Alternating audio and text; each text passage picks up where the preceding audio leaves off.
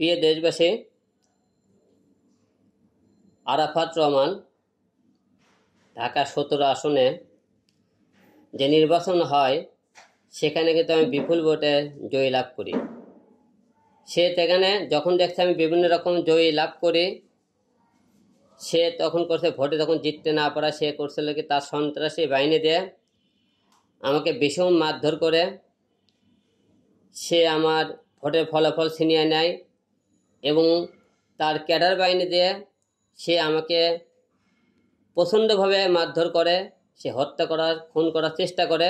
সারা বাংলাদেশ ঢাকা 17 আসনে যে নির্বাচন হয় আমার উপর কীরকম নির্যাতন হয়েছে আপনারা সবাই দেখেছেন। তাই প্রিয় দেশবাসী, আরাফাত রহমানকে যেখানে পাবেন না কেন তাকে দেখলে গণধোলাই দেবেন এবং আমাকেও জানাবেন তাকে পেলে যে আমিও তাকে গণধোলাই দেব। এবং সে আমাকে যে খুন করতে চেয়েছিল, এই জন্যে তাকে যে দিনে পুলিশ তাকে গ্রেপ্তার করবে সেই দিনই তাকে আমার হত্যা করার মামলা দেব এবং সে আমার যে আসনটা ছিনিয়ে নিয়েছে তার বিচার দাবি চাই। এবং এই আরাফাত রহমান সে গত 1 বছরে সে কোটি কোটি টাকা সে আত্মসাৎ করেছে। কারণ এদের মতো এমপি মন্ত্রী তাদের কোটি কোটি টাকা আত্মসাৎ করে এরা বাংলাদেশের জন্য কোনো জনগণের জন্য কোনোদিন উপকারে আসতে পারে না। তাই এদের বিচার চাই।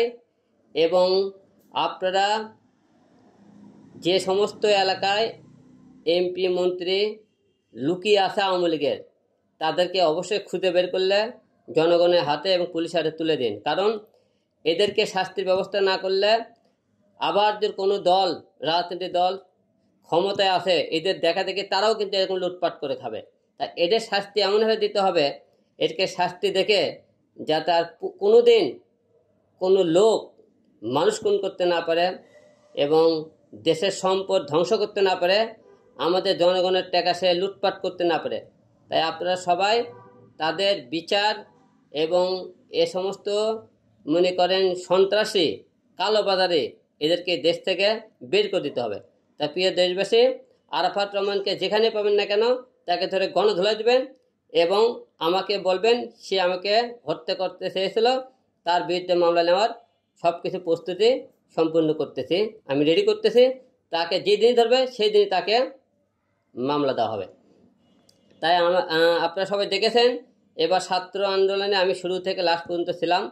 অনেকে আমাকে অনেক বিষয়ে ভুল বুঝেছিলেন, কিন্তু আপনারা দেখছিলেন হিরো আলম যে কোনো টাইমে প্রতিবাদ এবং যে কোনো সামাজিক কাজ হিরো আলম কিন্তু আগে মানুষের পাশে দাঁড়ায়। অনেক বড় বড় নেতাকর্মী দেখছিলেন, অনেক বড় বড় স্টার সেলিব্রিটি দেখছেন যে কতটা তারা মানব সেবা করে, কতটা তারা মনে করেন মানুষের পাশে দাঁড়ায়, আপনারা সবাই দেখেছেন।